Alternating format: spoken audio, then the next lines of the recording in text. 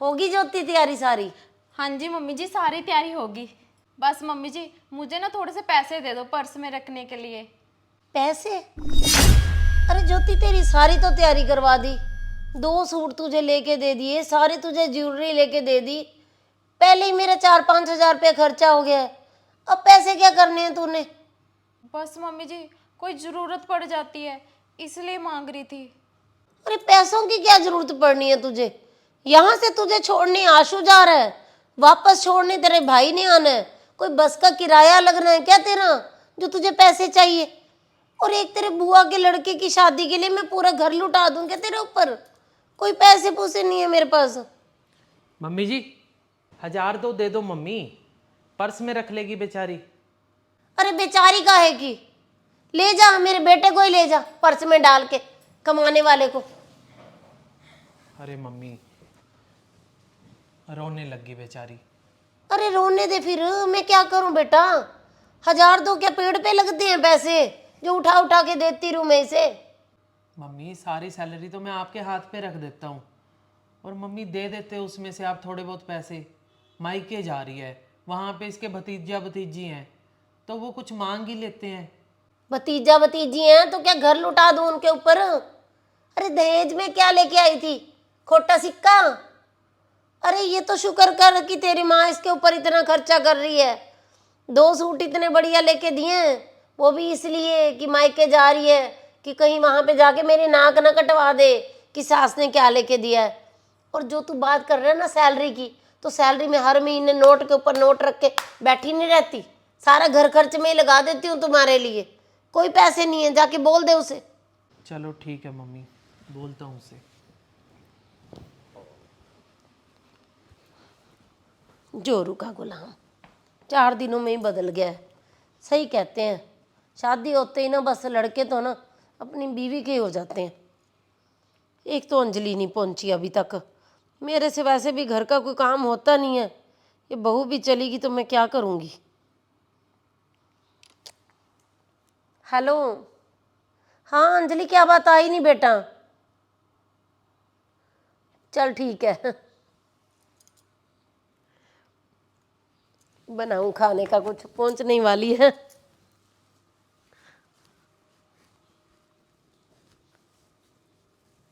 होगी ज्योति तेरी पैकिंग? दे दिए मम्मी ने पैसे? नहीं ज्योति, हमारा इतना बजट नहीं है, अब तुझे पैसे भी चाहिए। पहले मम्मी ने सूट तो लेके दिए हैं तुझे, वो भी तो पैसों से ही आए हैं। आप ना अपनी सैलरी से हर महीने मुझे थोड़े से पैसे दिया करो। मेरी शुरू से आदत बनी हुई है, सारी सैलरी मैं मम्मी के हाथ पे रख देता हूँ, वो अपने आप देख लेते हैं। और मेरा ना ज़्यादा दिमाग मत खराब कर, अगर जाना है तो कर ले पैकिंग, नहीं बैठ आराम से यहाँ। और अंजलि आने वाली है, उसके लिए कुछ खाने पीने का ले आऊँ, आ रहा हूँ थोड़ी देर में। पर थोड़े से तो पैसे दे देते। भाभी, भाभी। अरे आ गई अंजलि। और मम्मी भाभी कहाँ पे हैं? अरे माँ से तो मिल ले, आते ही भाभी भाभी करने लगी। बैठ, मैं पानी लेके आती हूँ। मम्मी अभी रास्ते में कोल्ड ड्रिंक पी के आई हूँ, पानी नहीं पीना। आप ये बताओ भाभी कहाँ हैं? अंदर है, तैयारी कर रही है जाने की। चलो मैं मिलती हूँ भाभी से। अरे मेरी नई भाभी, कैसे हो आप? अरे भाभी, शादी को सिर्फ 2 ही महीने हुए हैं, आपकी तो शक्ल अभी ऐसी उतर गई और आपकी आंखें सूजी हुई हैं। भाभी क्या बात होगी, आप रो रहे थे? नहीं नहीं अंजलि, नहीं भाभी, कुछ तो हुआ है, मुझे नहीं बताओगे भाभी आप? वो ना अंजलि, मैंने मम्मी से थोड़े से पैसे मांग लिए तो मम्मी ने ना मना कर दिया।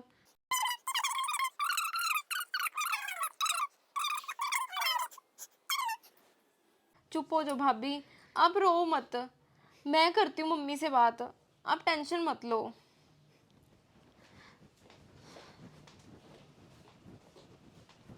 सब्जी तो अंजलि को बड़ी पसंद आएगी आज।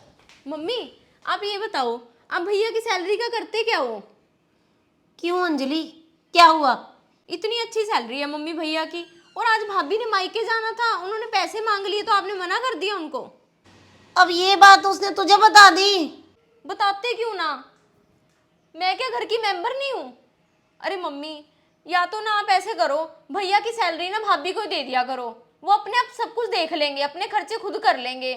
या फिर जब भी उनको जरूरत हो तो उनको पैसे दिया करो मम्मी, ऐसे मना करने का क्या मतलब। अब मुझे ही देख लो मम्मी, मैं और रवि ना दोनों की सैलरी सासू माँ को देते हैं हम, और जब भी जरूरत हो वो अपने आप से खर्चे के लिए पैसे मुझे दे देते हैं। अब भी मैं मायके आ रही थी तो उन्होंने फटाफट से मुझे 10,000 रुपये दे दिया कि पैसे ना साथ होने चाहिए, कभी भी जरूरत पड़ जाते हैं। और आप हो कि भाभी को मना कर रहे हो।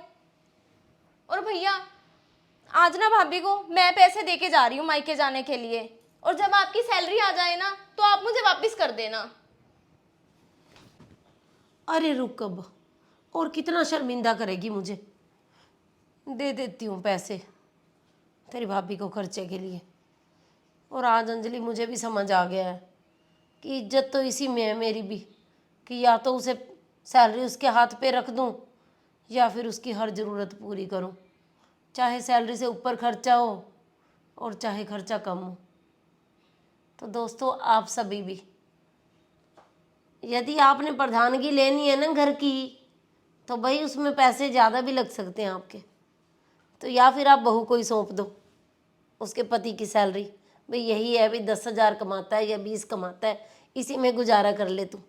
या फिर चाहे बहू का खर्चा 25,000 हो, वो भी आपको करना पड़ेगा, उसकी ज़रूरतें पूरी करनी पड़ेंगी।